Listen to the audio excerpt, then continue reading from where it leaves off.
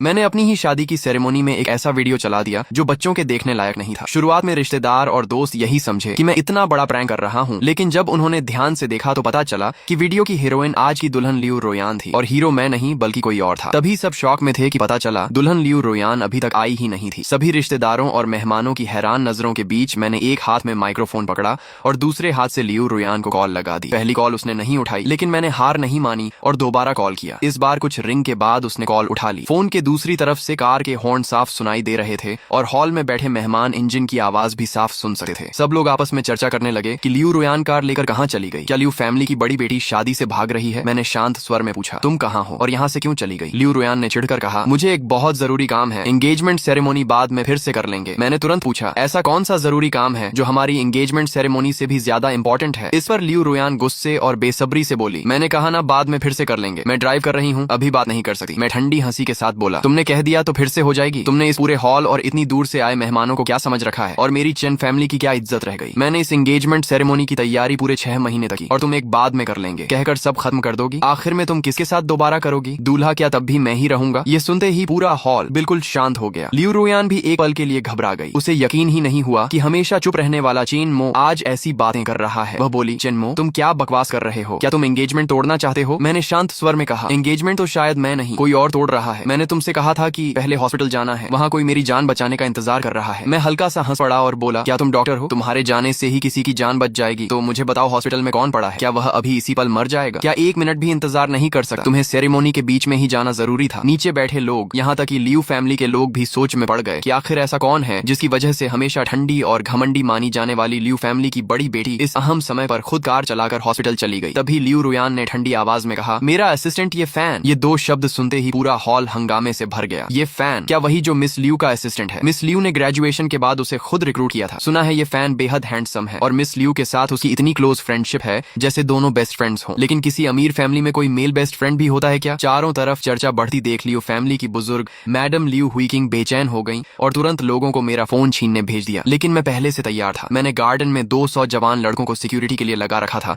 जिन्होंने चारों तरफ घेरा बना लिया था। मैंने फिर पूछा, उसे क्या हुआ है? इस बार भी सिर्फ सर्दी बुखार है या फिर उसे साइकिल ने टक्कर मार दी? मुझे हमेशा से तुम दोनों के रिश्ते पर शक रहा है। आखिर लियू फैमिली का असली प्रेसिडेंट कौन है? अगर वह सिर्फ एक छोटा सा असिस्टेंट है तो फिर तुम जैसी बड़ी बेटी अपने होने वाले पति को छोड़कर उसकी सेवा करने क्यों दौड़ी चली जाती हो? लियू रोयान गुस्से में बोली, चेनमो क्या तुम ताने मारना बंद नहीं कर सकते? वह सिर्फ मेरा असिस्टेंट नहीं मेरा दोस्त भी है। अगर तुम उसकी रिस्पेक्ट नहीं कर सकते तो इसका मतलब मेरी भी रिस्पेक्ट नहीं करते। उसकी बात सुनकर मेरा दिल एक पल को कांप उठा। हाँ, मैं अच्छी तरह जानता था कि उस असिस्टेंट की रिस्पेक्ट न करने की कीमत क्या होती है। पूरा परिवार बर्बाद हो जाता है और लाश सड़क पर पड़ी मिलती है। पिछली जिंदगी में भी मेरी कम उम्र में मौत का कारण यही ये फैन था, लेकिन इस बार मैं दोबारा जन्म लेकर लौटा था। अब मैं इस हरामी लड़के और हरामजादी औरत की जोड़ी को कदम कदम पर बदनाम करूंगा। उनकी ऐसी बदनामी होगी कि सदियों तक लोग उन्हें याद रखेंगे। उन्हें बदनाम करना मेरी पूरी प्लान का पहला कदम था। इतना कहकर मैंने आगे कहा, लगता है तुम्हारे लिए तुम्हारा यह दोस्त मुझ जैसे होने वाले पति से भी ज्यादा इंपॉर्टेंट है। अगर ऐसा है तो आज एक फैसला कर लो, मैं और ये फैन, तुम किसे चुनोगी? लियू रोयान ने कभी नहीं सोचा था कि मैं उससे ऐसा सवाल पूछूंगा और उसे इस तरह मजबूर कर दूंगा। उसके दिल में वह और ये फैन एक दूसरे के बेहद करीब थे, लेकिन मेरे मुंह से उनके रिश्ते पर इतना गंदा शक सुनकर वह अंदर तक हिल गया। मैंने दोबारा पूछा, जवाब दो, तुम किसे चुनोगी? इस बार भी मैं पीछे नहीं हटा। लियू रोयान ने मन ही मन मेरी और ये फैन की तुलना की। उसे लगा कि ये फैन उसे मुझसे ज्यादा समझता है, हर बात में उसकी मर्जी का ख्याल रखता है। आखिर उसने बिना सोचे बोल दिया, ये फैन। इतना कहकर उसने जल्दी से कॉल काट दी और तेज स्पीड में हॉस्पिटल की तरफ निकल गई। लेकिन ये शब्द बोलते ही उसके दिल में अचानक अजीब सी घबराहट होने लगी, जैसे उसकी जिंदगी का सबसे इंपॉर्टेंट इंसान उससे हमेशा के लिए दूर जा रहा हो। दूसरी तरफ हॉल में बैठे सभी रिश्तेदारों और मेहमानों ने उसके मुंह से उसका फैसला अपनी कानों से सुन लिया। अब कोई भी उसकी तरफदारी नहीं कर रहा था। कोल्ड ब्यूटी गॉडेस वाली उसकी पूरी इमेज एक पल में टूट गई। बूढ़ी मैडम लियू हुईकिन ने अपनी जिंदगी में पहली बार इतनी शर्म महसूस की। उन्हें अपनी पोती लियू रोयान पर गुस्सा भी आ रहा था और मुझ पर भी कि मैंने इतने लोगों के सामने सारी बात खोल कर रखी। उन्होंने तुरंत लियू फैमिली के एक नौकर को बुलाकर कहा, जाओ उस नालायक लड़की को अभी इसी वक्त वापस लेकर आओ और अगर वो ये फैन मर गया है तो मरने दो, अगर अभी जिंदा है तो उसे सच में मरवा दो। उसी समय लियू रोयान हॉस्पिटल पहुंच चुकी थी। वह सफेद वेडिंग ड्रेस पहने हुए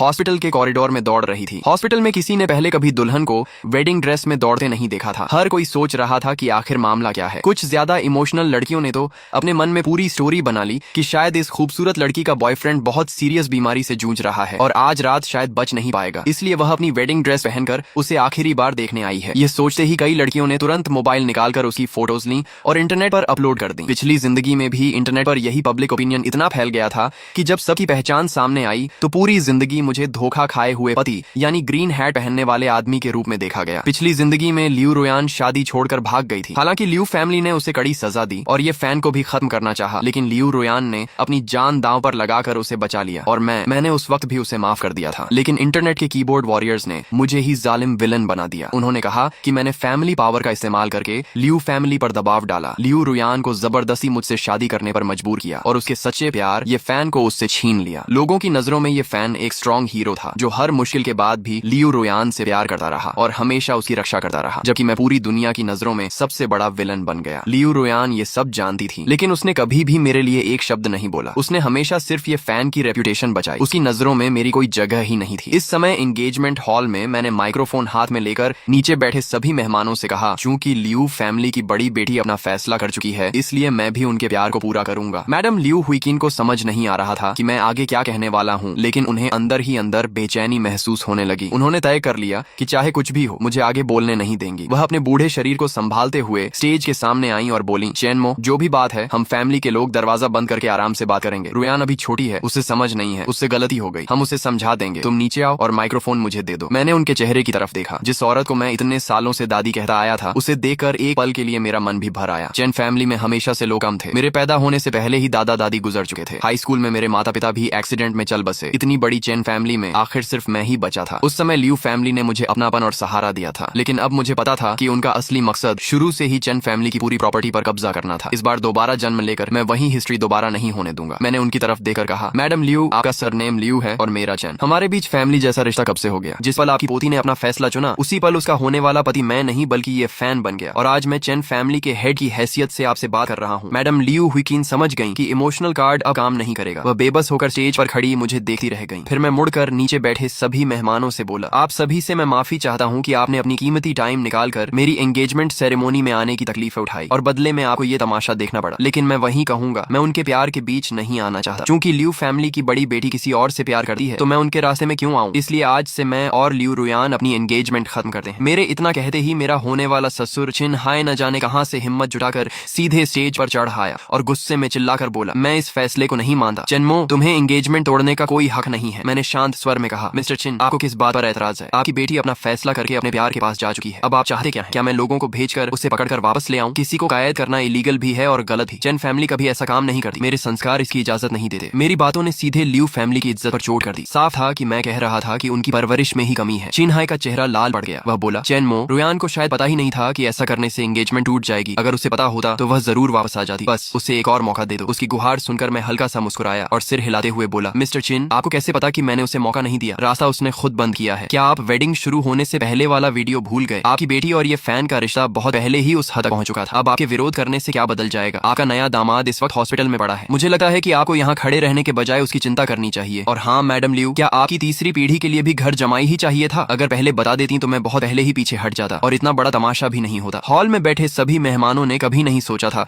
कि मैं इतने शांत और रॉयल अंदाज में सब संभालूंगा। चिन्हाय इतना अच्छा दामाद खोना नहीं चाहता था। वह आखिरी कोशिश करते हुए मेरे पास आया और धीरे से बोला, चैनमो, बड़े घरानों की शादी ऐसी ही होती है। तुम अपनी जिंदगी जियो, वो अपनी। रोयान इतने साल तुम्हारे साथ रही है, अब तुम ऐसे कैसे मुंह मोड़ सकते हो? उससे बस एक गलती हो गई है, उसे माफ कर दो। उससे शादी करोगे तो आधा लियू फैमिली बिजनेस तुम्हारा हो जाएगा। पुराने रिश्ते और इतनी दौलत की खातिर एंगेजमेंट मत तोड़ो। उसकी बातें सुनकर मेरे मन में आया कि क्या इस बूढ़े की अकदल सच में घास चरने चली गई है? इतनी बड़ी बेइज्जती के बाद भी वह चाहता है कि मैं सब सह लूं, जबकि आज तक मेरा और लियू रोयान का रिश्ता बिल्कुल साफ था। गले मिलने और किस के अलावा हमारे बीच कभी कुछ नहीं हुआ। एक बार धोखा खा चुका हूँ, लेकिन दूसरी बार कभी नहीं खाऊंगा। मैंने सबके सामने कहा, चेन फैमिली के पास पैसों की कोई कमी नहीं है। हमें लियू फैमिली की दौलत की जरूरत नहीं। और अब मैं दूसरी अनाउंसमेंट करता हूँ, आज से चेन फैमिली लियू फैमिली की स्ट्रेटेजिक पार्टनर नहीं रहेगी। जो प्रोजेक्ट्स चल रहे हैं वो पूरे होंगे, लेकिन उसके बाद लियू फैमिली के साथ कोई नया प्रोजेक्ट साइन नहीं किया जाएगा। ये सुनते ही सिर्फ चिन हाय ही नहीं, मैडम लियू हुईचिन भी सन्न रह गईं। गुस्से और सदमे से उनका शरीर जवाब दे गया और वह वहीं जमीन पर बेहोश होकर गिर पड़ी। सब लोग चिल्लाने लगे, जल्दी करो, मैडम को हॉस्पिटल ले जाओ। लियू फैमिली के लोग उन्हें उठाकर तुरंत हॉस्पिटल ले गए। चिन हाय ने भी बेबसी से सिर हिलाया और उनके पीछे चला गया। मैं वहीं रुकर सभी मेहमानों को शांत करता रहा। देर रात जब सारे मेहमान चले गए और शोर पूरी तरह खत्म हो गया, तब चैन फैमिली मैंशन फिर से शांत हो गया। लेकिन इस सन्नाटे के नीचे एक बड़ा तूफान छिपा था। मैं और शन यूचू लिविंग रूम में लौटे। हम दोनों हैंगओवर टी पीते हुए बिना कुछ बोले बैठे रहे। शन यूचू देर से खिलने वाले ब्लैक रोज की तरह थी। वह ज्यादा दिखावा नहीं करती थी, लेकिन उसकी खूबसूरती और आकर्षण से नजर हटाना मुश्किल था। अगर लियू रोयान बर्फ पर खिली स्नो लोटस थी, तो शन यूचू एक रहस्यमयी ब्लैक रोज थी। वह मुझसे 3-4 साल बड़ी थी। चैन फैमिली ने उसे अडॉप्ट किया था, लेकिन कुछ समय बाद ही मेरी माँ मेरे साथ प्रेग्नेंट हो गई। मेरे जन्म के बाद भी चेन फैमिली ने कभी शेन यूचू के साथ भेदभाव नहीं किया, उसे हमेशा अपनी असली बेटी की तरह पाला। आखिरकार शेन यूचू ने ही चुप्पी तोड़ी। वह बोली, चेन मो, क्या तुम सच में बात यहीं खत्म कर दोगे? लियू रोयान ने तुम्हारे साथ जो किया उसे देखकर मुझे बहुत गुस्सा आ रहा है। उसने तुम्हारे सच्चे प्यार की इतनी बड़ी बेइज्जती कैसे कर दी? इतना कहते कहते शेन यूचू रो पड़ी। इस बार मैंने भी खुद को मजबूत दिखाने का नाटक नहीं किया। मेरा पूरा शरीर जैसे टूट गया हो। मैं कुर्सी पर ढहकर बैठ गया। मेरी आंखें बिल्कुल खाली थी, उनमें दुख, निराशा, बेबसी और यकीन न कर पाने का दर्द साफ दिखाई दे रहा था। दोबारा जन्म लेने के बाद भी मुझे अब तक यकीन नहीं हो रहा था कि लियू रोयान मेरे साथ ऐसा कर सकती है। आज शादी छोड़कर भाग जाने से जो बेइज्जती हुई वह तो सिर्फ शुरुआत ही। मैंने जो कुछ सहा था उसकी तुलना आज की घटना से हो ही नहीं सकती। 10 साल बाद पिछली जिंदगी में लियू रोयान ने सिर्फ ये फैन का बदला लेने के लिए मुझे इतनी बेरहमी से पीटा था कि मैं हमेशा के लिए वेजिटेटिव स्टेट में चला गया था। मैंने खुद को संभालते हुए कहा, यह मामला यहीं खत्म नहीं होगा। लियू रोयान तो बात की बात है। सबसे पहले मैं लियू फैमिली से उसकी इस चॉइस की कीमत वसूल करूंगा। फिर मैंने शेन यूचू की तरफ देखकर पूछा, एक औरत के लिए सबसे ज्यादा इंपॉर्टेंट चीज क्या होती है? उसके जवाब देने से पहले ही मैंने खुद कहा, आज मैंने सबके सामने लियू रोयान की चीटिंग सबूतों सहित पब्लिक कर दी। इससे दुश्मन को जितना नुकसान हुआ उतना थोड़ा नुकसान मुझे भी हुआ। लेकिन अब इस जिंदगी में लियू रोयान किसी भी अमीर घराने में शादी नहीं कर पाएगी। लियू फैमिली कभी भी उसे ये फैन के साथ रहने नहीं देगी। हमें उन दोनों के खिलाफ कुछ करने की भी जरूरत नहीं पड़ेगी। लियू फैमिली खुद ही दोनों को सजा देगी। हमें सिर्फ लियू फैमिली को खत्म करना है। मैं चाहता हूँ कि उनका पूरा खानदान बर्बाद हो जाए और कभी दोबारा खड़ा ना हो सके। मैंने चाय का कप कसकर पकड़ लिया। मेरी आंखों में गुस्सा, हिंसा और खून खौलाने वाली किलिंग इंटेंट साफ दिखाई दे रही थी। शेन यूचू ने मुझे पहले कभी इस रूप में नहीं देखा था। उसे लगा जैसे मैं पूरी तरह बदल चुका हूँ। वह बोली, ठीक है चेनमो, मैं हमेशा तुम्हारे साथ हूँ। पूरी चेन फैमिली तुम्हारा सहारा बनेगी। हम उनसे हर दर्द का 10 गुना हिसाब लेंगे। इतना कहकर शेन यूचू मेरे पास आई और बचपन की तरह मेरे माथे पर हाथ फेरने लगी। मैं उसके चेहरे को देखता रह गया जिसे मैं पिछले जन्म से सबसे ज्यादा याद करता था। पिछली जिंदगी में जब मैं वेजिटेटिव स्टेट में था तब शेन यूचू हर दिन मेरी देखभाल करने आती थी। वह खुद मुझे करवट बदलती, मसाज करती, मेरे कानों में बाहर की दुनिया की बातें सुनाती और जाते समय हमेशा मेरे सिर पर हाथ फेरती थी। मैं खुद को रोक नहीं पाया और उठकर उसे कसकर गले लगा लिया। मुझे आज तक नहीं पता कि पिछली जिंदगी में शेन यूचू को लियू रोयान कहाँ ले गई थी और उसका आखिर क्या अंजाम हुआ। मरते दम तक मुझे सिर्फ इसी बात का पछतावा रहा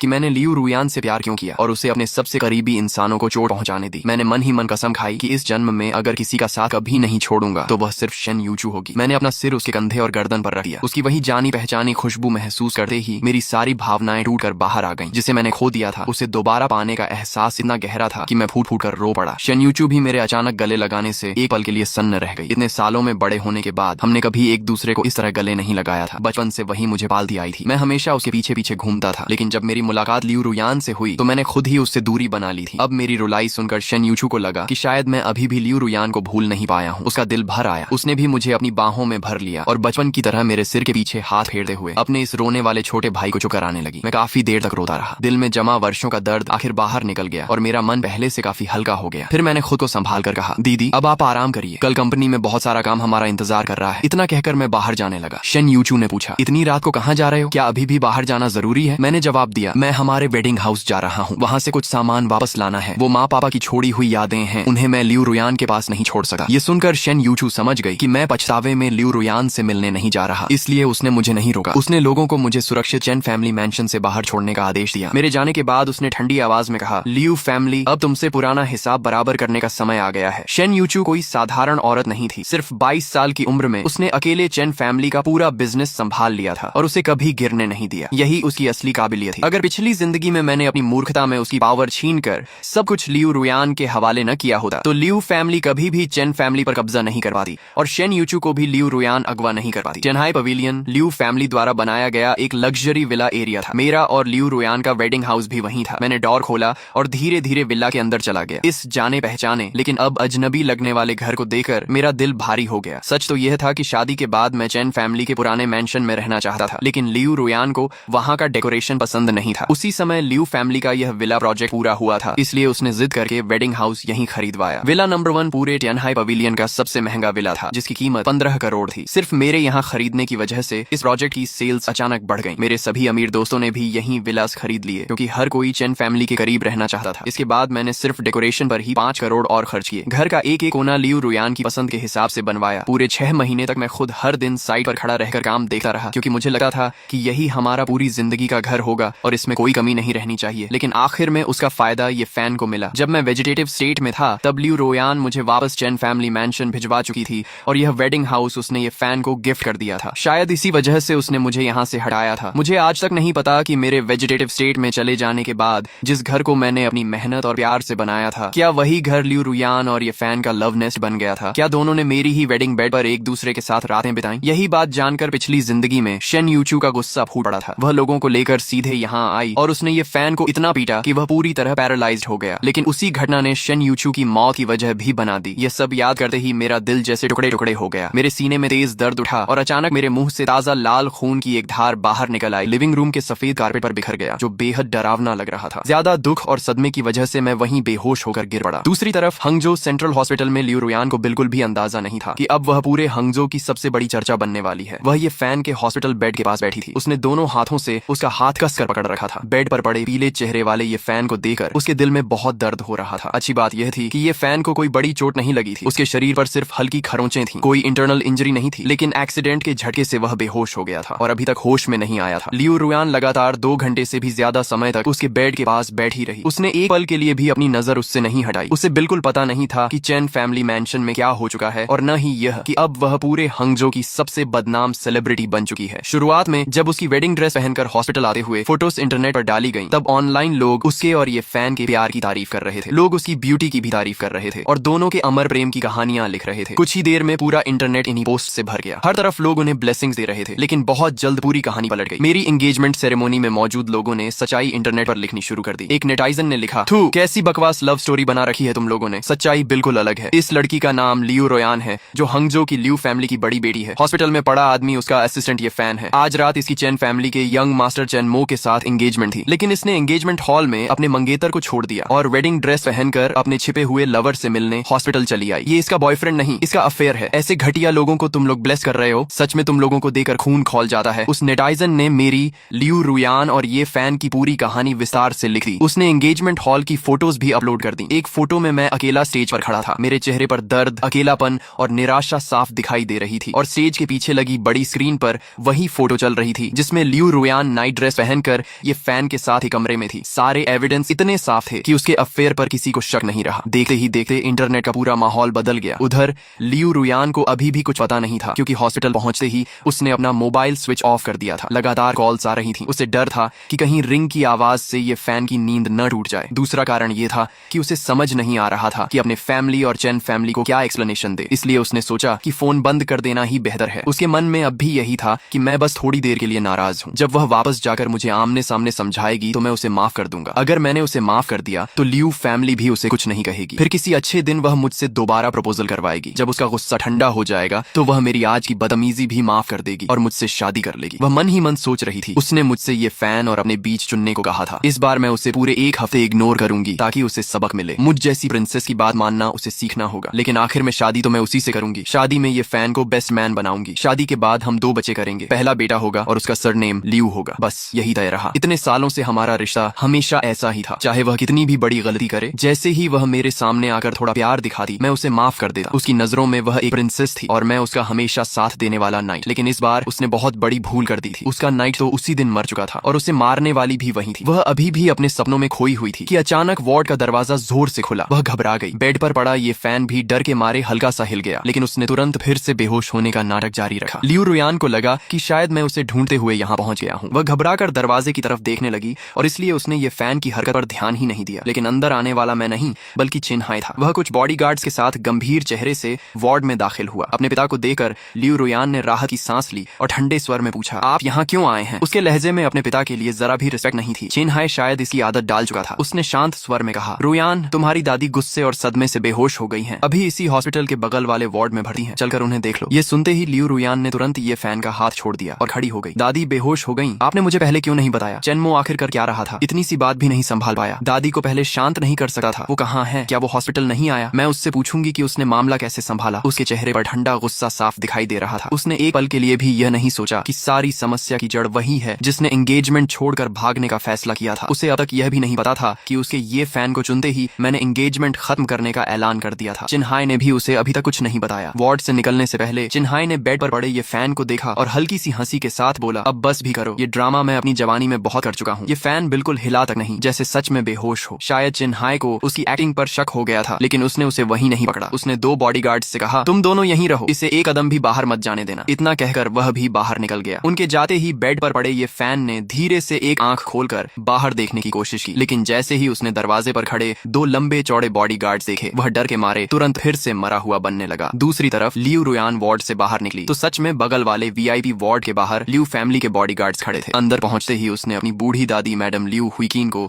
बेड पर बेहोश पड़ा देखा। ये देखकर उसकी आंखों से आंसू निकल पड़े। उसने तुरंत दादी की पुरानी नौकरानी वंग माँ से पूछा, मेरी दादी को क्या हुआ? उनकी ऐसी हालत कैसे हो गई? वंग माँ कुछ पल चुप रही। वह पिछले 50 सालों से लियू फैमिली की सेवा कर रही थी। बचपन से ही मैडम लियू हुईकिन के साथ रही थी और लियू रुयान को भी उसी ने बड़ा होते देखा था। उसे आज भी यकीन नहीं हो रहा था कि उसकी बड़ी मिस ऐसा काम कर सकती है, लेकिन सच उसके सामने था। अपनी एंगेजमेंट छोड़कर अपने असिस्टेंट से मिलने हॉस्पिटल आना, वह भी वेडिंग ड्रेस पहनकर। वांग माँ ने गहरी सांस लेते हुए कहा, मिस, मैडम गुस्से और सदमे से बेहोश हो गई थी। अब खतरे की बात नहीं है, थोड़ी देर में होश आ जाएगा। तभी बेड पर पड़ी मैडम लियू हुईकिन ने बाहर की आवाज सुन ली और धीरे धीरे उनकी आंखें खुल गईं। वंग माँ तुरंत उन्हें सहारा देकर बैठाने लगी। लियू रुयान भी भागकर उनकी मदद करने पहुंची और बोली, दादी अब कैसी हैं आप? चेनमो कहाँ है? आप हॉस्पिटल में भर्ती हैं और वो आपके साथ भी नहीं आया? उसने आपकी देखभाल नहीं की? उसने अब भी अपनी एंगेजमेंट छोड़कर भागने की बात का जिक्र तक नहीं किया। उसे अब भी लगता था कि सारी गलती मेरी है। लेकिन मैडम लियू हुईकिन ने उसका हाथ झटक दिया और गुस्से से बोली, मुझसे दूर रहो, मेरी कोई ऐसी पोती नहीं है। अब जाकर लियू रुयान समझ गई कि सारी सच्चाई सामने आ चुकी है। फिर भी उसके चेहरे पर कोई शर्म नहीं थी। उसने बिल्कुल बेपरवाही से कहा, दादी आपको आखिर हुआ?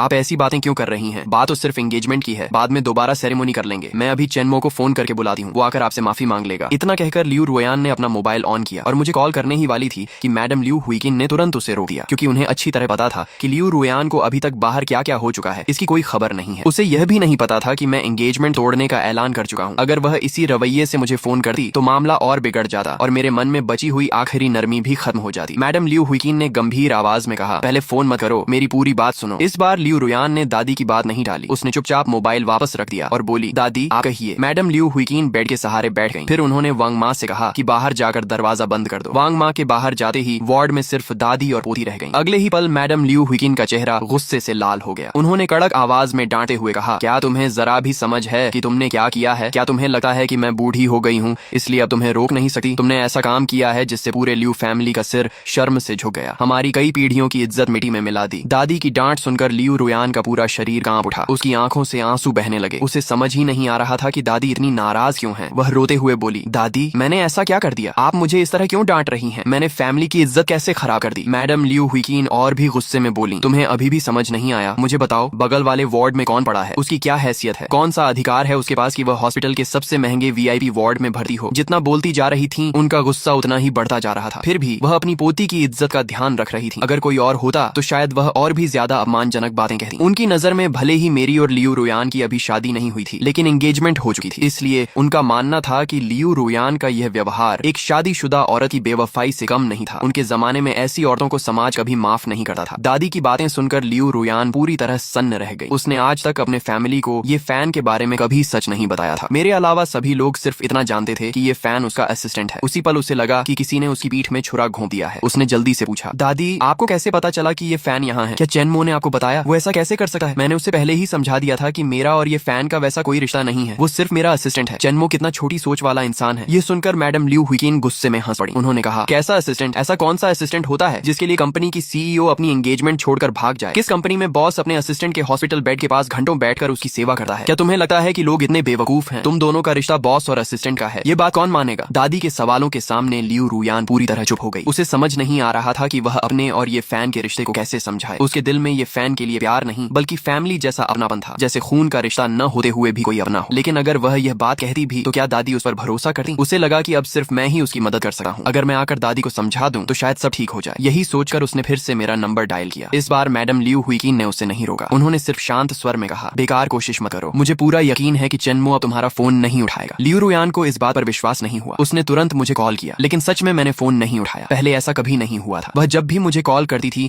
मैं 3 रिंग के अंदर फोन उठा लेता था, लेकिन आज उसने लगातार 3 बार कॉल किया और हर बार कोई जवाब नहीं मिला। मैडम लियू हुईकिन ने गहरी सांस लेते हुए कहा, मेरी बच्ची, अब मैं तुम्हें पूरी सच्चाई बताती हूँ। फिर उन्होंने उसके हॉस्पिटल जाने के बाद एंगेजमेंट हॉल में जो कुछ भी हुआ था वह एक एक बात विस्तार से सुनानी शुरू की। उन्होंने बताया कि मैंने उसे फोन किया, उससे मेरे और ये फैन में से किसी एक को चुनने के लिए कहा और आखिर में मैंने सबके सामने एंगेजमेंट खत्म करने का ऐलान कर दिया। हालांकि दादी ने मेरे पास मौजूद लियू रुयान और ये फैन के होटल रूम वाली फोटोज का जिक्र नहीं किया, लेकिन सिर्फ एंगेजमेंट टूटने की बात सुनकर ही लियू रुयान के पैरों तले जमीन खिसक गई। वह अविश्वास से बोली, ये कैसे हो सकता है। चेनमो मुझसे इतना प्यार करता है, वो हमारी एंगेजमेंट कैसे तोड़ सकता है? नहीं, मुझे अभी उसके पास जाना होगा। मैं उससे पूछूंगी कि उसने ऐसा कैसे कर दिया। इतना कहकर वह बाहर भागने लगी, लेकिन मैडम लियू हुईकीन ने उसे रोक लिया और बोली, वापस आओ। अब वहाँ जाकर क्या करोगी? अपनी पोती को देखकर उन्हें पहली बार एहसास हुआ कि उन्होंने उसकी परवरिश में बहुत बड़ी गलती की है। इस पूरे मामले में गलती सिर्फ लियू रुयान की थी। मैंने तो बस इस बार उसकी हरकतें सहना बंद कर दिया था। मैडम लियू हुईकीन ने गंभीर स्वर में पूछा, मुझे सच सच बताओ, बगल वाले वार्ड में पड़ा वो लड़का तुम्हारे लिए आखिर है कौन? और तुम दोनों का रिश्ता आखिर किस हद तक पहुंच चुका है? ये सवाल सुनकर लियू रुयान कुछ पल के लिए चुप रह गई। उसकी नजरें इधर उधर भटकने लगी। थोड़ी देर बाद उसने धीरे से कहा, दादी आप कैसी बातें कर रही हैं? मेरा और ये फैन का कोई ऐसा रिश्ता नहीं है। आप मुझ पर भरोसा कीजिए, हम सिर्फ कॉलीग्स हैं या फिर अच्छे फ्रेंड्स। चेनमो ने जो कहा वह सब झूठ है। मैंने फोन पर मैं ये फैन को चुनती हूँ इसीलिए कहा था क्योंकि मैं हॉस्पिटल आ रही थी। उसका मतलब ये नहीं था कि मैंने चेनमो और ये फैन में से ये फैन को चुना। अब सोचती हूँ तो मानती हूँ कि वह जवाब गलत था। चेनमो ने चालाकी से मेरे लिए जाल बिछाया था और मैं खुद उसमें फंस गई। लेकिन मैडम लियू हुईकीन उसकी एक भी बात मानने को तैयार नहीं थी। उन्हें साफ समझ आ गया था कि लियू रुयान अब भी सच छिपा रही है। उन्होंने गुस्से से कहा, अब भी झूठ बोल रही हो? तुम्हारी ये सफाई तो मुझे भी नहीं माननी। बाहर बैठे इतने बड़े बड़े लोग कैसे मानेंगे? आज एंगेजमेंट में जो लोग आए थे उनमें हमारे बड़े बड़े बिजनेस पार्टनर्स भी थे। अगर सबको यकीन हो गया कि तुमने अफेयर किया है तो सोचो लियू फैमिली को कितना नुकसान होगा। लियू रुयान हैरान होकर बोली, अफेयर? किसने कहा कि मेरा अफेयर है? मैडम लियू हुईकीन ने बिना कुछ कहे अपना मोबाइल निकाला और उसे वह फोटोज दिखा दी जिनमें वह और ये फैन साथ दिखाई दे रहे थे। जैसे ही लियू रुयान ने फोटोज देखी उसकी आंखें डर से फैल गईं। वह घबरा कर बोली, ये फोटोज आपको कहाँ से मिली? इन्हें किसने खींचा? मैडम लियू हुईकीन ने ठंडे स्वर में कहा, यह मत पूछो कि फोटोज कहाँ से आई। मैं सिर्फ इतना जानती हूँ कि चाहे तुम दोनों के बीच कुछ हुआ हो या नहीं, लेकिन वो ये फैन अब नहीं बचेगा। अगर चैन फैमिली कुछ नहीं करेगी तो लियू फैमिली खुद उससे निपटेगी। वह तुम्हारी जिंदगी का सबसे बड़ा दाग है। ये सुनते ही लियू रुयान घबरा गई। उसने तुरंत कहा, नहीं, आप उसे हाथ भी नहीं लगाएंगी। मैं ऐसा कभी नहीं होने दूंगी। अगर उसे मारना है तो पहले मुझे मार दीजिए। अपनी पोती के मुंह से यह सुनकर मैडम लियू हुईकीन का पूरा शरीर ढीला पड़ गया। वह गुस्से से कांपने लगी और कुछ पल तक बोल ही नहीं पाई। लेकिन लियू रुयान को उनकी हालत की परवाह नहीं थी। उसके दिमाग में सिर्फ उन फोटोज का सवाल घूम रहा था। उसने जल्दी से समझाना शुरू किया, मुझे याद आ गया, ये पिछले हफ्ते की बिजनेस ट्रिप की फोटोज हैं। उस रात ये फैन सिर्फ ऑफिस वर्क के सिलसिले में मेरे रूम में आया था। हम कंपनी के काम पर बात कर रहे थे।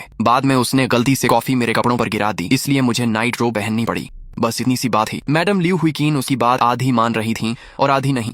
फोटोज में रूम के अंदर क्या हुआ यह तो नहीं दिख रहा था, लेकिन आधी रात को एक जवान लड़का और लड़की एक ही रूम में थे और बाद में लियू रुयान नाइट रोब पहनकर उसे बाहर छोड़ने आई थी। यह नजारा किसी भी एंगल से साफ नहीं लगा था। उसकी सफाई किसी को भी भरोसेमंद नहीं लग रही थी। जब लियू रुयान ने देखा कि दादी अब भी उस पर विश्वास नहीं कर रही तो उसने अचानक कहा, अगर आपको अब भी भरोसा नहीं है तो हम हॉस्पिटल में ही हैं। अभी किसी लेडी डॉक्टर या गायनेकोलॉजिस्ट को बुला लीजिए। मैं अभी चेकअप करवाने को तैयार हूँ। उन्हें खुद देख लेने दीजिए कि मैं अब भी वर्जिन हूँ। अपनी पोती की इतनी दृढ़ बात सुनकर मैडम लियू हुईकीन का थोड़ा विश्वास लौटा, लेकिन उनकी उलझन और बढ़ गई। अगर दोनों के बीच मर्द औरत वाला रिश्ता नहीं था तो फिर लियू रुयान ये फैन की रक्षा करने के लिए अपनी जान देने तक क्यों तैयार थी? आखिरकार लियू रुयान समझ गई कि अब वह सच ज्यादा देर नहीं छिपा सकती। उसने कहना शुरू किया, 1 साल पहले ये फैन लियू ग्रुप में जॉब करने आया था। मुझे वह अच्छा लगा, इसीलिए मैंने उसे अपना पर्सनल असिस्टेंट बना लिया। धीरे धीरे मुझे लगा कि वह बाकी सबसे अलग है। जहाँ दूसरे लड़के मेरा पीछा करते थे और चेनमो हर समय मेरा ख्याल रखता था, वहीं ये फैन बिल्कुल अलग था। हमारी फैमिली में कई पीढ़ियों से कोई बेटा नहीं हुआ। बचपन से मेरी इच्छा थी कि मेरा एक छोटा भाई हो। ये फैन के आने के बाद मुझे लगा जैसे मेरी वह कमी पूरी हो गई। पिछले 1 साल में मैं उस पर बहुत ज्यादा डिपेंड हो गई और उसकी कई जिदें भी मानने लगी। ये सुनते ही मैडम लियू हुईकीन का मन किया कि अभी अपनी पोती को जोरदार थप्पड़ मार दें। उन्होंने गुस्से से कहा, ये कैसा भाई होता है जिसका खून का रिश्ता ही नहीं, उसके साथ इतनी नजदीकी? बाहर कोई भी तुम्हारी बात पर यकीन नहीं करेगा। सिर्फ चेनमो जैसा प्यार में अंधा लड़का ही तुम पर भरोसा करता था, लेकिन अब वह भी जा चुका है। अब समझ में आया कि उसने इतनी शांति से एंगेजमेंट क्यों तोड़ी। उसने तुम्हारी हर गलती को बार बार सहा, हर बार तुम पर भरोसा किया, लेकिन बदले में उसे सिर्फ और ज्यादा दर्द मिला। इसलिए आखिर में उसने सबके सामने रिश्ता खत्म कर दिया। मैडम लियू हुईकीन अपना सीना पीटते हुए रोने लगी और बोली, पता नहीं हमारे पुरखों ने कौन सा पाप किया था जो हमारे घर में तुम्हारी जैसी पोती पैदा हुई। दादी की बातें सुनकर लियू रुयान भी रोने लगी। तभी बाहर से तेज नॉक हुई। चिन्हाई बाहर से बोला, माँ मुझे तुरंत आपसे जरूरी बात करनी है। अंदर आते ही वह टैबलेट लेकर जल्दी जल्दी मैडम लियू हुईकीन के पास पहुंचा और बोला, माँ रुयान का मामला इंटरनेट पर पूरी तरह फैल चुका है। पब्लिक ओपिनियन हमारे खिलाफ जा रहा है, अब क्या करें? मैडम लियू हुईकीन को उसकी यह घबराहट बिल्कुल पसंद नहीं आई। उन्होंने डांटे हुए कहा, इतनी सी बात में घबरा गए? जरा भी फैसला लेने की क्षमता नहीं है। तुमसे अच्छा तो चेनमो है जो इतनी कम उम्र में भी तुमसे कहीं ज्यादा समझदार निकला। डांट खाने के बाद चिन्हाई और भी दब गया। दूसरी तरफ लियू रुयान भी अपने पिता को तिरस्कार भरी नजरों से देख रही थी। वह दिल से कभी अपने पिता को पसंद नहीं करती थी। अगर लियू फैमिली में बेटा होता तो उसकी माँ कभी ऐसे आदमी को घर जमाई बनाकर नहीं लाती। मुसीबत आने पर वह किसी औरत से भी कम हिम्मत दिखाता था। ऊपर से वह लियू फैमिली को एक बेटा भी नहीं दे सका। माँ की मौत के बाद फैमिली वाले उसे और भी ज्यादा नीची नजरों से देखने लगे थे। चिन्हाई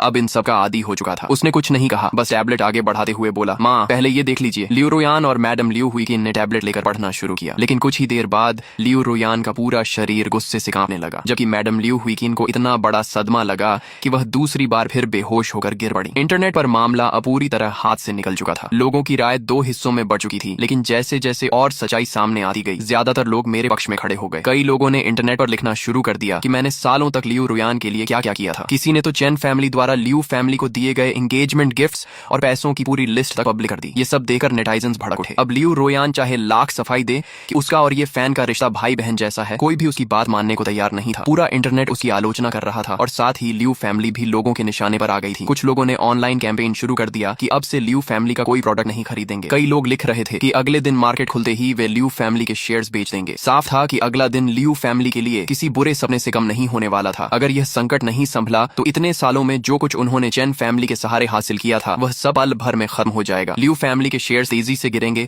और उनका बिजनेस बुरी तरह डूब जाएगा। ये देखकर लियू रुयान घबराकर रोने लगी। दादी, अब क्या होगा, हम क्या करें? मैडम लियू हुईकिन गुस्से से चिल्लाई। मुझसे पूछती हो क्या करें? जब तुमने अपना फैसला लिया था तब एक बार भी नहीं सोचा कि उसका अंजाम क्या होगा? इतना कहकर उन्होंने गुस्से में लियू रुयान के गाल पर जोरदार थप्पड़ मार दिया। लियू रुयान अपना चेहरा पकड़कर फूट फूट कर रोने लगी। वह टूट चुकी थी। रोते हुए बोली, दादी, मुझसे गलती हो गई। क्या चेनमो सच में मुझे छोड़ देगा? नहीं, मैं एंगेजमेंट नहीं तोड़ना चाहती। मैं उससे प्यार करती हूँ। मैंने उसे धोखा नहीं दिया। मेरा कोई अफेयर नहीं है। पहली बार वह बर्फ जैसी ठंडी ब्यूटी नहीं बल्कि सड़क पर छोड़े गए किसी मासूम पालतू जानवर की तरह बेबस लग रही थी। मैडम लियू हुईकिन ने दर्द और गुस्से से कहा, अब पछताने से कुछ नहीं होगा। अगर खेल खेलना था तो कम से कम उसे छिपाकर खेलती। इतनी खुलेआम सब किया कि पूरी दुनिया को पता चल गया कि तुम बाहर किसी दूसरे आदमी को पाल रही हो। अब देख लिया ना नतीजा। तुमने सिर्फ अपनी नहीं, पूरे लियू फैमिली की बर्बादी लिखी। इंटरनेट पर लोगों की बातें पढ़कर मैडम लियू हुईकिन को भी अब जरा सा विश्वास नहीं रह गया था कि लियू रुयान और ये फैन का रिश्ता सिर्फ भाई बहन जैसा है। उनकी आंखों से भी आंसू बहने लगे। उन्हें साफ दिखाई दे रहा था कि लियू फैमिली की 100 साल पुरानी विरासत अब बर्बादी के किनारे खड़ी है और उनके दिल में अपनी ही पोती लियू रुयान के लिए गहरी नाराजगी भर चुकी। तभी चिन हाय आगे बढ़ा और बोला, माँ, अब हमें इस मामले को कैसे संभालना चाहिए? मैडम लियू हुईकिन ने गुस्से में कहा, अब और क्या बचा है संभालने के लिए? चिन हाय कुछ पल सोचकर बोला, माँ, हमें 2 कदम उठाने होंगे। पहला, इंटरनेट पर फैली पब्लिक ओपिनियन को तुरंत कंट्रोल करना होगा। हमें अपने कॉन्टैक्ट्स इस्तेमाल करके इस खबर को दबाना होगा। दूसरा, हमें तुरंत चेन मो के पास जाना होगा और उसे प्रेस कॉन्फ्रेंस करके सारी गलती अपने सिर लेने के लिए मनाना होगा। ये सुनकर लियू रुयान और मैडम लियू हुईकिन दोनों एक दूसरे को देखने लगी। उन्हें समझ आ गया कि तरीका तो सही है, लेकिन उसे पूरा करना सबसे मुश्किल काम होगा, खासकर मुझे मनाकर सारी गलती अपने ऊपर लेने के लिए तैयार करना, जबकि इस पूरे मामले में मेरी कोई गलती थी ही नहीं। लियू रुयान खुद भी मेरी कोई गलती नहीं ढूंढ पा रही थी। चिन हाय ने अपना पूरा प्लान समझाया। लियू फैमिली की दादी और पोती दोनों हैरान रह गईं। उन्होंने कभी नहीं सोचा था कि जिसे वे हमेशा निकम्मा घर जमाई और कमजोर आदमी समझती थीं, वही ऐसा सोल्यूशन निकाल देगा। कुछ देर पहले तक मैडम लियू हुईकिन उसे डांट रही थी कि उसमें लीडरशिप नहीं है, लेकिन अब वही उनकी सोच गलत साबित कर चुका था। चिन हाय बोला, पहला काम सबसे आसान है। लियू फैमिली की अपनी एंटरटेनमेंट कंपनी है। हम कुछ बड़े सेलिब्रिटीज की मदद से नए ट्रेंडिंग न्यूज बना देंगे। लोग जल्दी ही इस मामले को भूलकर दूसरी खबरों में लग जाएंगे। दूसरा, ये फैन की आइडेंटिटी को लेकर है। अब जब लोग बातें बना ही रहे हैं तो क्यों ना उसे सचमुच फैमिली का हिस्सा बना दें। अगर आप खुद सामने आकर उसे अपना गॉड ग्रैंडसन घोषित कर दें तो लोगों को लगेगा कि लियू रुयान और ये फैन का रिश्ता भाई बहन जैसा है। सबसे मुश्किल काम चेन मो को मनाना होगा। उसे पब्लिक के सामने आकर कहना होगा कि उसने सिर्फ जलन और गुस्से में गलतफहमी पाल ली थी। उसने ये फैन और लियू रुयान के रिश्ते को गलत समझा, इसलिए मामला इतना बढ़ गया। वह अपनी गलती मानता है, लियू रुयान पर भरोसा करता है और अब भी उससे बेहद प्यार करता है। चिन हाय ने आगे कहा, बाकी दोनों काम हो जाएंगे, लेकिन चेन मो का साथ मिलना मुश्किल है। मैडम लियू हुईकिन ने कुछ देर सोचकर तुरंत फैसला लिया। चिन हाय, आज से मैं तुम्हें लियू ग्रुप का वाइस प्रेसिडेंट नियुक्त करती हूँ। इस पूरे मामले की जिम्मेदारी तुम्हारी होगी। चेन मो को मनाने का काम मैं और रुयान करेंगे। तुम अभी इसी वक्त निकलो और रात भर पब्लिक ओपिनियन को कंट्रोल करने की कोशिश करो। चिन हाय तो इसी मौके का इंतजार कर रहा था। उसने तुरंत हामी भरी, टैबलेट उठाया और बाहर चला गया। उसके जाते ही मैडम लियू हुईकिन ने गंभीर नजरों से लियू रुयान को देखा और पूछा, मुझे आखिरी बार सच सच बताओ, तुम्हारा और ये फैन का फिजिकल रिलेशनशिप हुआ है या नहीं? इतने सब के बाद भी मैडम लियू हुईकिन को यकीन नहीं था कि दोनों सिर्फ भाई बहन जैसे हैं। उन्हें हमेशा लगता था कि ये रिश्ता प्रेमियों जैसा है। लियू रुयान की आंखें भर आईं। उसने कहा, दादी, अब तो आप भी मुझ पर भरोसा नहीं करती। मैं सच कह रही हूँ, मेरा और ये फैन का कभी ऐसा रिश्ता नहीं रहा। मैं उसे सिर्फ छोटे भाई की तरह मानती हूँ। अगर आपको यकीन नहीं है तो मैं अपनी माँ की कसम खाती हूँ। अपनी बेटी का जिक्र सुनते ही मैडम लियू हुईकिन के चेहरे का भाव बदल गया। कुछ देर चुप रहने के बाद उन्होंने कहा, ठीक है, मैं तुम्हारी बात मान लेती हूँ, लेकिन पूरी सुरक्षा के लिए तुम हॉस्पिटल में मेडिकल चेकअप करवाओ। रिपोर्ट लेकर चेन मो के पास जाओ और उसे दिखाकर अपनी बेगुनाही साबित करो। लियू रुयान हैरान होकर बोली, मेडिकल चेकअप? कौन सी रिपोर्ट? तभी मैडम लियू हुईकिन की नजर उसके पेट के नीचे की तरफ गई। उसी पल लियू रुयान समझ गई कि दादी वर्जिनिटी टेस्ट की बात कर रही हैं। 1 घंटे बाद लियू रुयान शर्म से लाल चेहरा लिए मेडिकल रिपोर्ट हाथ में लेकर चेन फैमिली मैंशन की तरफ निकल पड़ी। पूरे रास्ते उसने मुझे अनगिनत बार फोन किया, लेकिन मैंने एक भी कॉल नहीं उठाई। उसे समझ नहीं आ रहा था कि मैं सिर्फ गुस्से में हूँ या फिर सो रहा हूँ। उधर जब वह चेन फैमिली की तरफ आ रही थी की तभी मेरी आंख खुली। कुछ देर पहले दिल टूटने के दर्द और खून की उल्टी के बाद मैं बेहोश हो गया था, लेकिन अब मुझे लगा कि मेरे दिल में जमा हुआ वह आखिरी दर्द भी उस खून के साथ बाहर निकल चुका है। मैंने मन ही मन कहा, लियू रुयान, आज मैंने तुम्हें हमेशा के लिए अपने दिल से निकाल दिया। खून की उल्टी के बाद मेरा शरीर पहले से हल्का महसूस हो रहा था। ऐसा लग रहा था जैसे उसके लिए मेरा सारा प्यार भी उसी खून के साथ बाहर निकल गया हो। जो परछाई इतने सालों से मेरे दिल में बसी थी वह भी अब गायब हो चुकी थी। मैं नए बने वेडिंग हाउस को शांत नजरों से देखते हुए धीरे से बोला, अब वक्त आ गया है कि मैं अपने अतीत को हमेशा के लिए अलविदा कह दूं। इतना कहकर रेड वाइन की बोतल हाथ में ली और पूरी ताकत से उसे हमारी वेडिंग फोटो पर दे मारा। बोतल जोरदार आवाज के साथ टूट गई और वेडिंग फोटो भी चकनाचूर हो गई। फिर मैंने दूसरी बोतल खोली, कुछ घूंट पिए और बेडरूम में चला गया। वहां मैंने लियू रुयान की वेडिंग ड्रेस उतारी, उस पर वाइन उड़ेल दी और लाइटर निकालकर उसमें आग लगा दी। 6 महीने की मेहनत से तैयार हुई, यूरोप के रॉयल डिजाइनर द्वारा बनाई गई और अनमोल ज्वेल्स से सजी वह वेडिंग ड्रेस कुछ ही पलों में आग की लपटों में बदल गई। कभी मैंने लियू रुयान को दुनिया की सबसे शानदार शादी देने के लिए खुद यूरोप जाकर पैलेस मास्टर से यह ड्रेस बनवाई थी, लेकिन अब इस ड्रेस की कोई जरूरत नहीं थी। फिर मैंने हमारी सारी फोटोज और फ्रेम्स उठाकर उसी आग में फेंक दी। तेज लपटें देखकर बाहर खड़े चैन फैमिली के बॉडीगार्ड्स दौड़कर आ गए। वे अंदर आने की हिम्मत नहीं कर पाए और बाहर से चिल्लाकर बोले, यंग मास्टर आप ठीक हैं? क्या हम अंदर आए? मैंने ठंडे स्वर में कहा, मेरी सारी चीजें यहाँ से निकाल लो और इस पूरे घर को तोड़ दो। मुझे इस वेडिंग हाउस से नफरत थी। पिछले जन्म में इसी घर में लियू रुयान ने मुझे इतनी बुरी तरह घायल किया था कि मैं वेजिटेटिव स्टेट में पहुंच गया था और बाद में यही घर उसके और ये फैन के अफेयर की जगह बन गया था। इतना कहकर मैंने उनकी तरफ दोबारा देखा भी नहीं। वाइन की बोतल हाथ में लेकर मैं धीरे धीरे वहां से निकल गया। चलते चलते पीता रहा, लेकिन मुझे खुद नहीं पता था कि मैं कहाँ जा रहा हूँ। शहर भर में मेरी कई प्रॉपर्टीज थी, मगर उनमें से कोई भी मेरा घर नहीं था। वेडिंग हाउस मुझे लियू रुयान के धोखे की याद दिलाता था, जबकि चेन फैमिली मैंशन मुझे शन यूचू के मुझसे बिछड़ने की याद दिलाता था। जहां भी जाता वही दर्द सामने आ जाता। मैं आधी रात तक एक भटके हुए साए की तरह सुनसान सड़कों पर चलता रहा। ऐसा लग रहा था जैसे मेरा इस दुनिया में कोई अपना नहीं बचा। मैं एक बेघर आवारा कुत्ते की तरह शहर की गलियों में भटकता रहा। आखिर देर रात सड़क किनारे एक 5 स्टार होटल दिखाई दिया। लड़खड़ाते कदमों से मैं अंदर गया, अपने लिए प्रेसिडेंशियल स्वीट बुक किया, रूम कार्ड लिया और अकेला लिफ्ट में चढ़ गया। प्रेसिडेंशियल स्वीट 6वीं मंजिल पर था। लिफ्ट जब 50 से ऊपर पहुंची तो अचानक रुक गई। तभी अस्त व्यस्त कपड़ों में एक बेहद खूबसूरत लड़की लड़खड़ाते हुए लिफ्ट में दाखिल हुई। उसने क्रीम कलर की बॉडी फिट लॉन्ग ड्रेस पहन रखी थी, जो उसके परफेक्ट फिगर को और भी उभार रही थी। उसकी खूबसूरती ऐसी थी कि लियू रुयान भी उसके सामने फीकी न लगे। मैंने बस एक नजर उसे देखा और फिर नजरें हटा ली। मैं खुद नशे में था और बस जल्दी से बेड पर जाकर सोना चाहता था, लेकिन वह लड़की मुझसे भी ज्यादा नशे में लग रही थी। उसका शरीर लगातार डगमगा रहा था। उसके गोरे हाथ लिफ्ट की रेल भी नहीं पकड़ पा रहे थे। अगले ही पल वह पूरी तरह मेरी तरफ गिर पड़ी। मैंने रिफ्लेक्स में उसे संभाल लिया। उसे छूते ही ऐसा लगा जैसे किसी ठंडे व्हाइट जेड को बाहों में ले लिया हो, लेकिन अगले ही पल मुझे महसूस हुआ कि उसके शरीर का टेम्परेचर असामान्य रूप से बहुत ज्यादा था। उसकी गोरी स्किन पर लाल निशान भी उभर आए थे। मैं कुछ समझ पाता उससे पहले ही उसने अपना चेहरा उठाया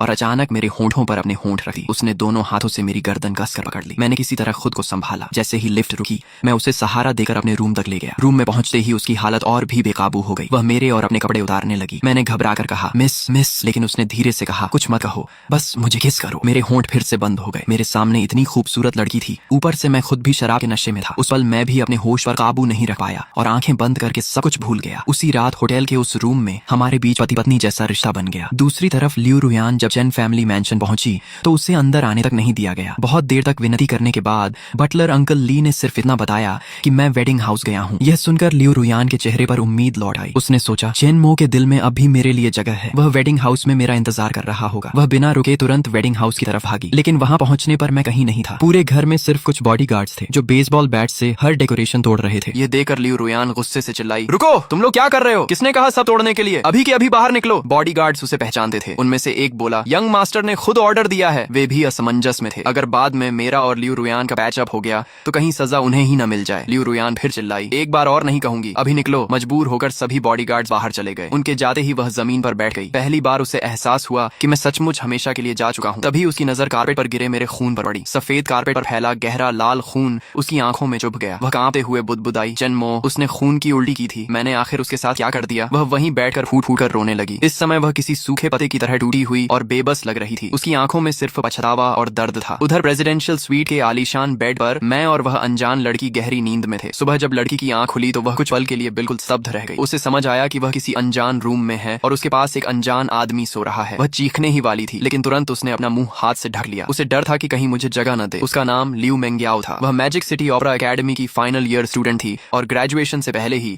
होंगी फिल्म कंपनी के साथ कॉन्ट्रैक्ट साइन कर चुकी थी। पिछली रात वह अपने सीनियर जंग जी के बुलावे पर हंगजो एक परफॉर्मेंस के लिए आई थी। शो खत्म होने के बाद जंग जी उसे कुछ इन्वेस्टर्स से मिलाने ले गया। आने से पहले ही उसने इशारों में कह दिया था कि आज रात थोड़ा एडजस्ट करना पड़ेगा, लेकिन लियू मेंगयाओ को नहीं पता था कि उसका मतलब अपने शरीर का सौदा करना है। उसने उसी वक्त मना कर दिया और वहां से जाने लगी। जंग जी ने उसे रोक लिया और कहा कि कम से कम जाते जाते एक ग्लास वाइन पी लो। उसे लगा कि वाइन पीकर वह चली जाएगी, लेकिन वही उसकी नाइटमेयर की शुरुआत थी। वाइन में ड्रग मिला हुआ था। कुछ ही देर में उसका दिमाग सुन्न होने लगा और उसे एक स्वीट में ले जाकर इन्वेस्टर्स के लिए छोड़ दिया गया। किस्मत अच्छी थी कि जब वह आदमी उसके पास आया तो उसने उसके ऊपर उल्टी कर दी। उस आदमी के बाथरूम जाने का फायदा उठाकर वह रूम से भाग निकली, लेकिन भागते भागते आखिरकार मेरी लिफ्ट में आ गई। अब सुबह बेड पर सोए हुए मुझे देखकर उसे पिछली रात की सारी बातें याद आने लगी। उसे याद आया कि उसी ने पहले मुझे किस किया था। पिछली रात की सारी बातें याद करके उसका चेहरा शर्म से लाल हो गया। वह धीरे से बोली, अब मैं क्या करूं? फिर उसने मेरी तरफ दोबारा देखा। उसे लगा कि जिसने उसकी पहली रात ली कम से कम वह दिखने में अच्छा इंसान है। उसने धीरे से मेरे चेहरे को देखते हुए कहा, अच्छा हुआ वो तुम थे। चलो तुम ही सही। अगर वो बूढ़ा आदमी होता तो शायद मैं जी ही नहीं पाती। वह नंगे पांव बेड से नीचे उतरी। उसकी गोरी स्किन किसी ग्रीक गॉडेस जैसी चमक रही थी। उसने जमीन पर पड़े अपने फटे हुए कपड़े उठाए और जैसे तैसे पहन लिए, लेकिन वे उसके शरीर को ढक नहीं पा रहे थे। मजबूर होकर उसने मेरी जैकेट पहन ली। फिर धीरे से खुद से बोली, मैंने इसके साथ रात बिताई, अब इसकी जैकेट भी लेकर जा रही हूँ। क्या ये थोड़ा गलत नहीं है? कुछ पल सोचने के बाद उसने अपने गले से नेकलेस उतारकर बेड के पास रख दिया और साथ में एक नोट भी छोड़ दिया। फिर हल्की सी कड़वी मुस्कान के साथ बोली, क्या इसे मेरा पहली बार किसी को पैसे दिए बिना दे देना समझूं, या फिर मैंने ही इसे हायर कर लिया? इतना कहकर उसने अपना चेहरा दोनों हाथों से ढक लिया। उसकी आंखों में आंसू भी थे और होंठों पर मजबूर मुस्कान भी। फिर उसने मेरी जैकेट को अपने चारों तरफ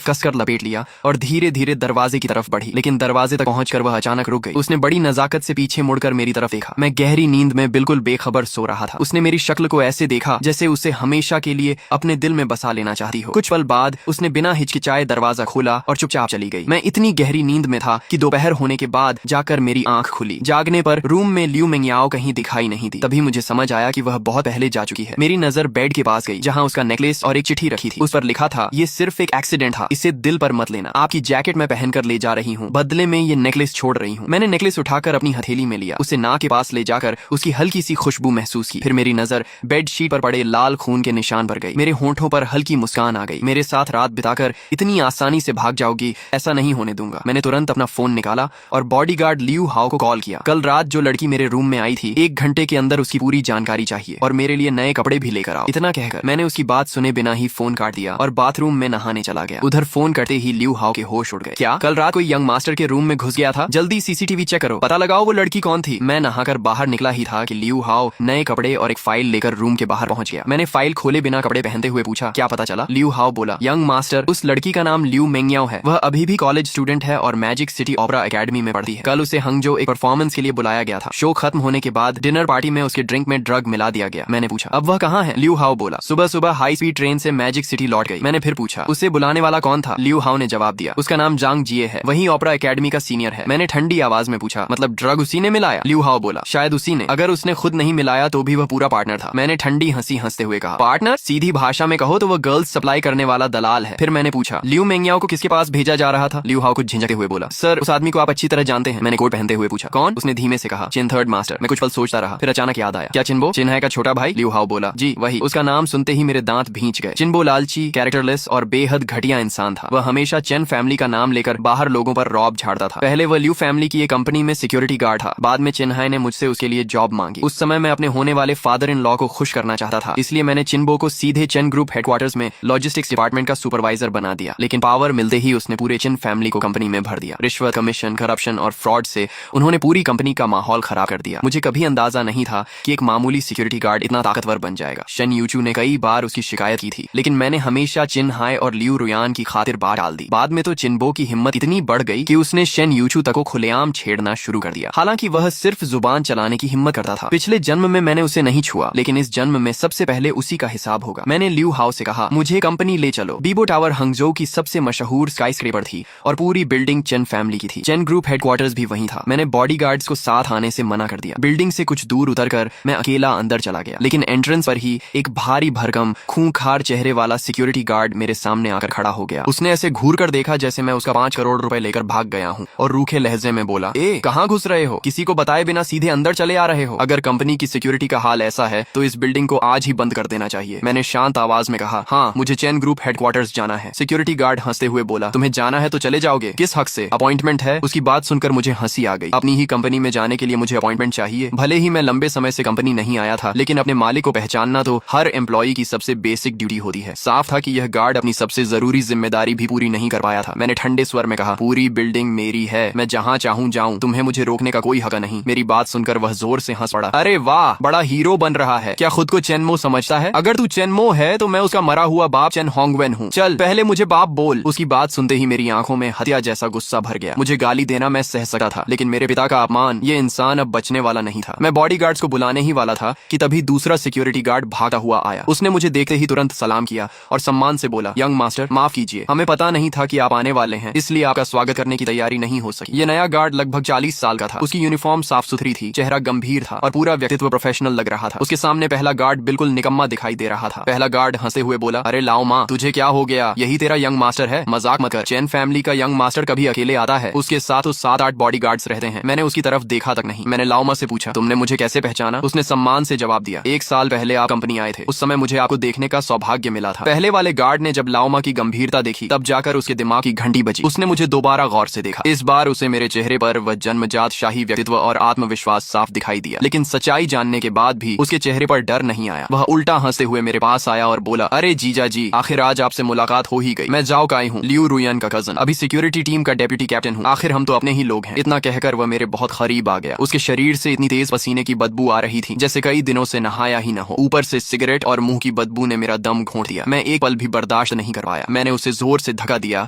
और ताजी हवा लेने के लिए एक तरफ हट गया। फिर मैंने लाओ माँ से कहा, पूरी सिक्योरिटी टीम को अभी यहीं बुलाओ। लाओ माँ ने बिना कोई सवाल किए तुरंत आदेश मान लिया। उधर जाओ काई के चेहरे पर हल्की घबराहट दिखाई देने लगी। 2 मिनट बाद दर्जनों सिक्योरिटी गार्ड्स लाइन बनाकर हॉल में खड़े थे। लाओ माँ ने उन्हें 2 कतारों में मेरे सामने खड़ा कर दिया। मैंने सभी पर नजर डालते हुए पूछा, सब लोग आ गए? मेरा सवाल सुनकर लाओ माँ झिझक गया। उसने अनजाने में जाओ काई की तरफ देखा। उसी पल मुझे समझ आ गया कि जाओ काई का यहाँ कितना दबदबा है। लाओ माँ जैसा ईमानदार आदमी भी उससे डरता था। मुझे गुस्सा आ गया। मैं तुमसे पूछ रहा हूँ, उससे नहीं। उसकी तरफ क्यों देख रहे हो? क्या ये कंपनी उसके बाप की है? तुम्हें सैलरी कौन देता है? सच तो ये था कि गलती मेरी ही थी। मैंने पहले लियू रुयान के परिवार को जरूरत से ज्यादा छूटी थी। लाओ माँ घबरा गया और तुरंत बोला, माफ कीजिए यंग मास्टर, मैं हमेशा चेन फैमिली का वफादार रहूंगा। आप मुझ पर भरोसा कर सकते हैं। मैंने उसे अपने पास बुलाया और कहा, सच सच बताओ, अभी सिक्योरिटी डिपार्टमेंट की हालत क्या है? किसी से मत डरो। आज मैं कंपनी के सारे गंदे लोगों को साफ करने आया हूँ। मेरी बात सुनते ही लाओ माँ की आंखों में उम्मीद लौट आई। उसने बिना झिझक कहा, यंग मास्टर, मेरी टीम में ज्यादातर रिटायर्ड सोल्जर्स हैं, लेकिन बाकी 2 टीम्स पूरी तरह चिन फैमिली के रिश्तेदारों से भरी हुई हैं। उनमें ज्यादातर जाओकाई जैसे निकम्मे लोग हैं। वे कंपनी में कोई काम नहीं करते, मैनेजमेंट की बात नहीं मानते और सिक्योरिटी ड्यूटी भी नहीं करते। पूरा दिन गार्ड रूम में बैठकर ताश खेलते रहते हैं। ये सुनते ही मेरा गुस्सा फटने वाला था। मैं उन्हें सैलरी खेलने के लिए देता हूँ? लाओ माँ ने आगे कहा, पहले मैं पूरे सिक्योरिटी डिपार्टमेंट का कैप्टन था, लेकिन चिन फैमिली के लोग आने के बाद मुझे हटा दिया गया और जाओ काई के पिता को कैप्टन बना दिया गया। मगर वह खुद महीनों तक ऑफिस नहीं आता। मेरा चेहरा और ठंडा हो गया। ये चिन फैमिली का हेडक्वार्टर्स था और उसकी सिक्योरिटी का ये हाल था। अगर कंपनी के डॉक्यूमेंट्स या एम्प्लॉइज के साथ कुछ हो जाता तो जिम्मेदार कौन होता? मैंने धीरे से लाओ माँ के कंधे पर हाथ रखा और कहा, लाओ माँ, तुम लोगों ने बहुत सहा है। गलती मेरी थी। मैंने ही उन लोगों को इतना सिर चढ़ाया कि आज उन्होंने हमारे कई पीढ़ियों की मेहनत से खड़ी की गई कंपनी को बर्बाद करने की नौबत ला दी। मेरी बात सुनकर लाओ माँ की आंखें भर आईं। वह 20 साल से चेन फैमिली में काम कर रहा था। अगर उसे सिर्फ नौकरी करनी होती तो वह कब का दूसरी कंपनी चला जाता। वह आज तक सिर्फ चेन फैमिली के लिए रुका था। उसने भावुक होकर कहा, यंग मास्टर, अब आपको सच समझ आ गया, बस यही काफी है। अभी भी देर नहीं हुई। मैं उसकी बात समझ गया। तभी पीछे से शेन यूचू अपने असिस्टेंट्स और सेक्रेटरीज के साथ मेरी तरफ आई। उसने मुस्कुराकर पूछा, चेन मो, तुम कंपनी आ गए, ऊपर क्यों नहीं आए? वह हमेशा की तरह आत्मविश्वास से भरी हुई थी। आज उसने ब्लैक बिजनेस सूट पहन रखा था जिसमें उसकी लंबी और खूबसूरत पर्सनालिटी और भी निखर रही थी। उसे फिर से सामने देकर मेरी आंखें भर आईं। उसने मेरे चेहरे की तरफ देखा और चिंता से पूछा, क्या हुआ? किसी ने तुम्हें परेशान किया? क्या इन सिक्योरिटी गार्ड्स ने तुम्हारा अपमान किया? वह इन गार्ड्स की असलियत अच्छी तरह जानती थी। अगर मैंने पहले उसे रोका न होता तो वह कब की इन सबको बाहर निकाल चुकी होती। मैंने सिर हिलाया, नहीं। फिर भावुक होकर बोला, दीदी, गलती मेरी थी। मैंने अच्छे और बुरे लोगों में फर्क नहीं किया और तुम्हें इतने साल बेवजह परेशान होने दिया। शेन यूचू ने लाओ माँ की तरफ देखा। लाओ माँ ने हल्का सा सिर हिलाकर सब समझा दिया। शेन यूचू ने मेरी तरफ देखकर मुस्कुराते हुए कहा, चेन मो, तुम मेरे सबसे अपने हो। तुम जो भी फैसला लोगे, तुम्हारी दीदी हमेशा तुम्हारे साथ रहेगी। उसकी बात सुनकर मेरी आंखों से आंसू निकल आए, क्योंकि पिछले जन्म में भी उसने सिर्फ मेरे एक फोन पर बिना विरोध किए पूरी कंपनी की पावर मुझे सौंपी थी। जब मैं वेजिटेटिव स्टेट में पड़ा था तब भी वही दिन रात मेरी सेवा करती रही। मैंने मन ही मन कसम खाई, दीदी, पिछले जन्म में मैं तुम्हारी रक्षा नहीं कर पाया, इस जन्म में इन सभी दीमकों को जड़ से खत्म कर दूंगा। मैंने तुरंत आदेश दिया, लीगल डिपार्टमेंट को बुलाओ, पुलिस को भी इन्फॉर्म करो, इन सभी लोगों को अरेस्ट किया जाएगा। इन्होंने कंपनी का जितना पैसा खाया है, 1-1 रुपया वापस निकलवाऊंगा। चेयरमैन ऑफिस में पहुंचते ही मैं गुस्से से फट पड़ा। शेन यूचू ने मेरे सामने जो फाइल्स रखी थी उन्हें पढ़ते पढ़ते मैंने गुस्से में मेज पर जोर से हाथ मार दिया। असल में शेन यूचू कभी चुप नहीं बैठी थी। भले ही उसके पास कार्रवाई करने का अधिकार नहीं था, लेकिन चिन फैमिली के हर इलीगल काम का पूरा रिकॉर्ड उसने सालों से इकट्ठा करके रखा था। वह सिर्फ उस दिन का इंतजार कर रही थी जब मुझे सच्चाई का एहसास होगा। पिछले जन्म में मैंने ये फाइल्स कभी नहीं देखी, लेकिन इस जन्म में वे आखिर मेरे सामने थी। उन्हें पढ़कर मुझे पहली बार पता चला कि चिन फैमिली के लोगों ने कंपनी के साथ कितनी बड़ी बड़ी गद्दारियां की थी और ली जोरेन, चेन होंगवेन चेन और ल्यू हुईचिन ने पलट